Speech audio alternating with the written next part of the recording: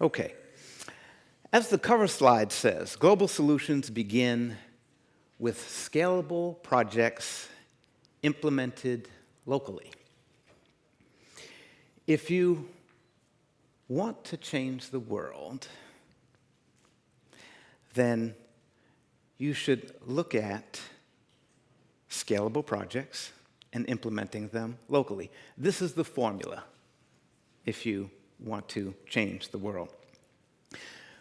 Actually, I want to begin by talking about my son, oddly enough. When he was 1, he got an upper respiratory condition. 99% of the time, goes away on its own, or with mild over-the-counter medication, disappears very shortly. That's the typical respiratory condition. The other 1%, it can turn into something else. For 6 to 8 months, our family and I were living out of Pediatrics Intensive Care Unit. Now, Pediatrics ICU is about the worst that life has to offer. What is more important to a parent than their child? Seeing our son on a respirator, tubes everywhere, few surgeries, medications being pumped into his system, including morphine.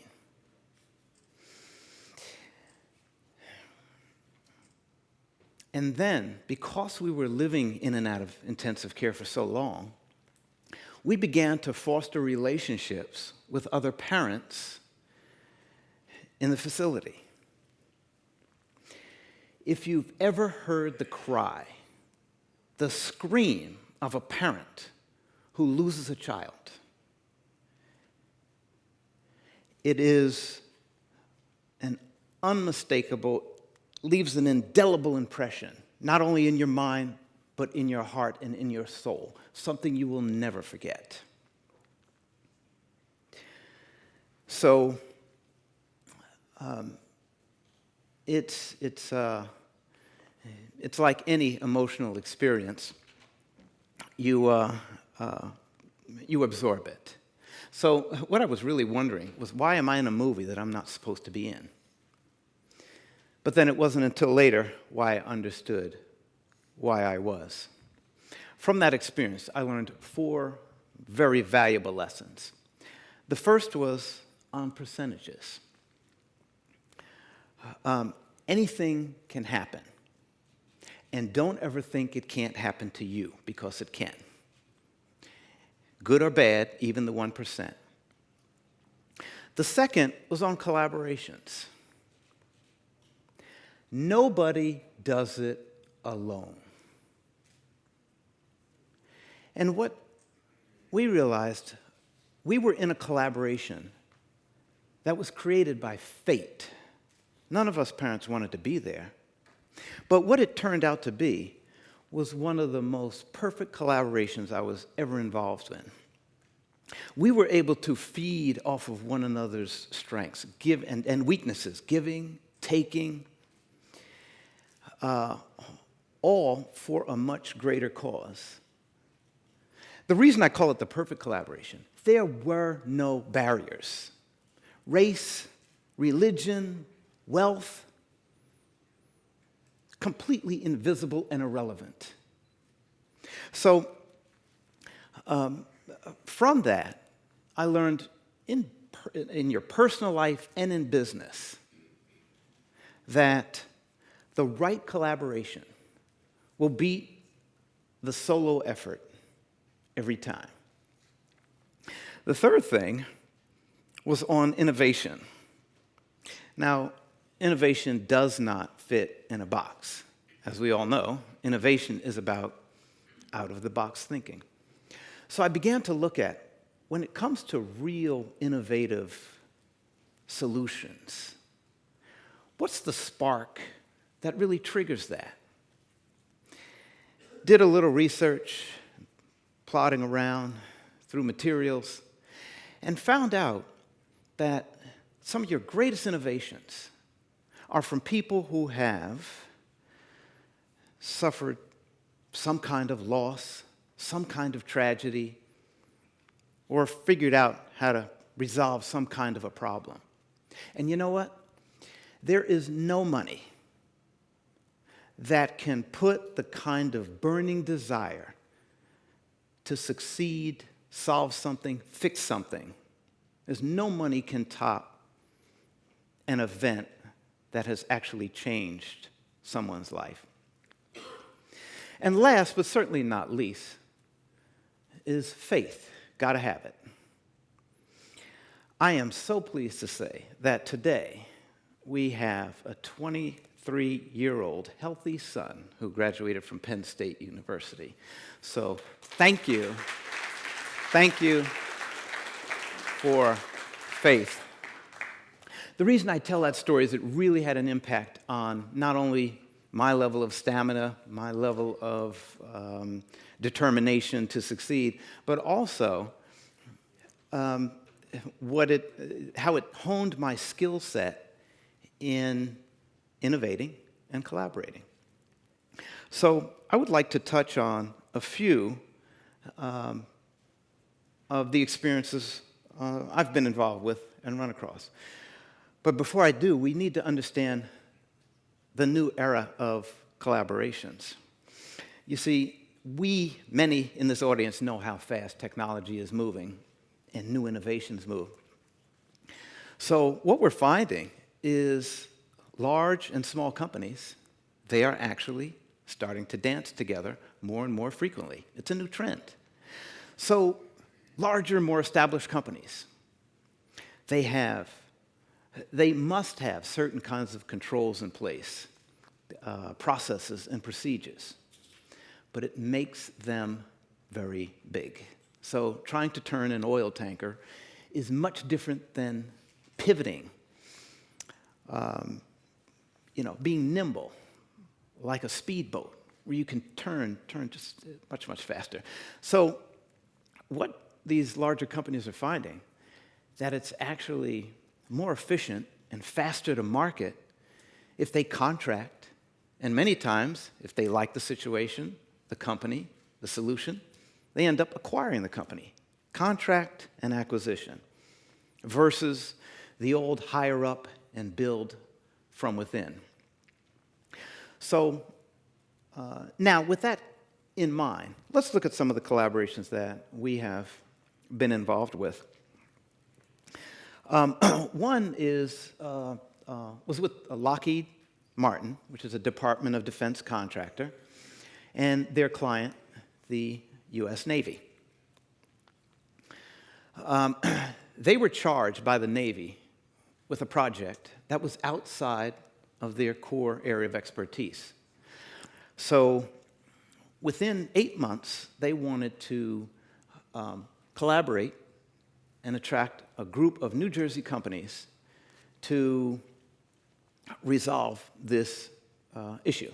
And they wanted this group to come up with a white paper and a proof of concept model that they, in effect, could turn over to the Navy. So they didn't have the tools to do various elements of what they were seeking to do.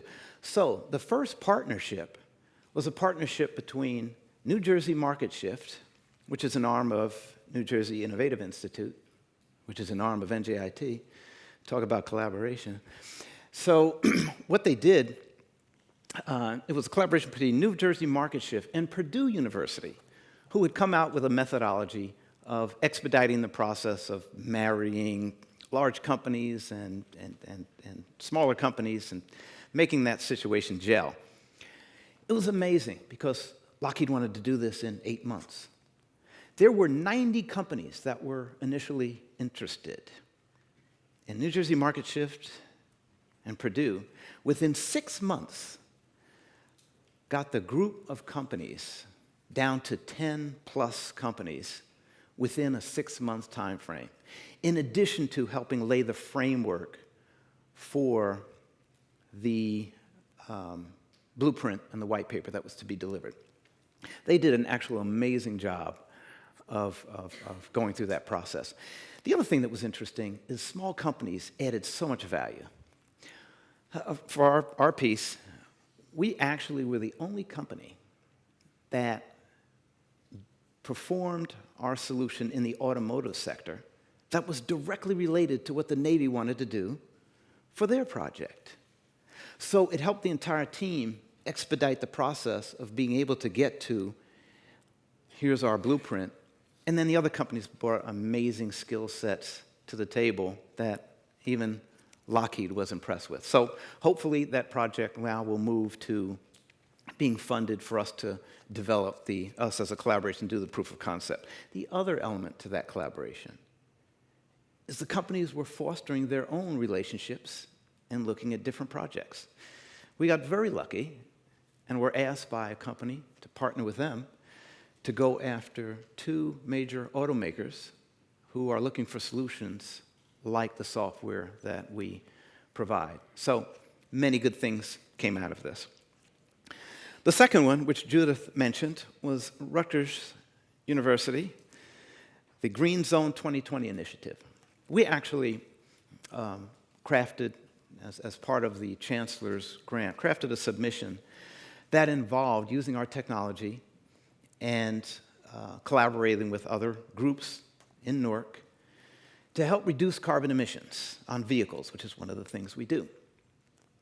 And in addition to that, looking for participation in outreach to enlighten the population on the negative effects of carbon emissions, how it hits our urban centers harder, asthma, bronchitis, emphysema, much higher in the urban centers than in other areas. So this collaboration included, of course, not only Rutgers, but NJIT, Essex County College, New Community Corp, which is a social services company, but they also have an automotive VOTEC program, and we're able to add curriculum elements to help them enhance their program, which is not something we initially thought about. Seton Hall Law School, since there are some policy elements to what we're doing. And the city of Newark, although they weren't a part of the initial collaboration, they actually secured us to actually do a pilot to help them improve their vehicle efficiencies. And they also have a sustainability eye for reducing carbon emissions. So they were kind of ahead of the curve on this. So kudos to the mayor and the administration for actually being proactive in doing this. So they certainly will be a part of this collaboration.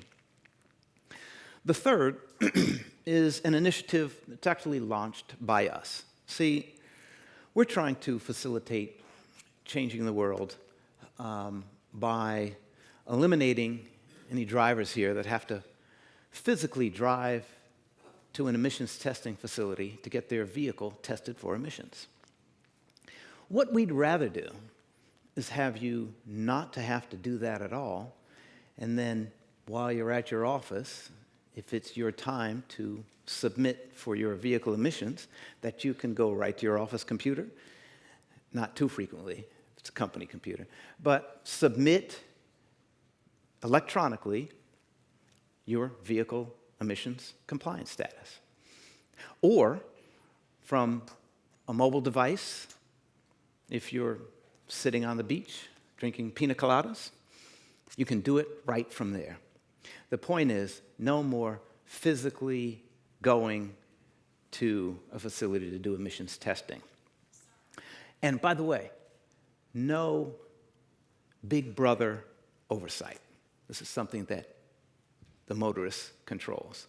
So these are the kind of things that we are launching. There are other dynamics and elements to this, but this is a pretty massive collaboration because we are involved with the federal government and state agencies, public and private sector fleets, the automotive repair facilities, insurance companies who do driver scoring and user-based types insurance, and a whole host of environmentalists.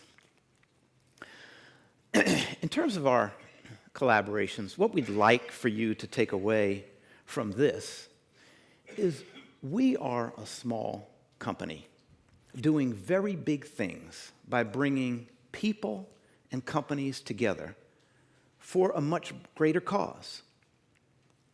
Our role, it may be to change the world, or it might be just launching some local projects and implementing them right in this area. Regardless, the process has started, and it can't be stopped. You know, it's like taking a snowball and rolling it down a very, very steep mountain. You might just create an avalanche, and therein lies the power of innovation through collaboration. Thank you very much. Thank you for your time.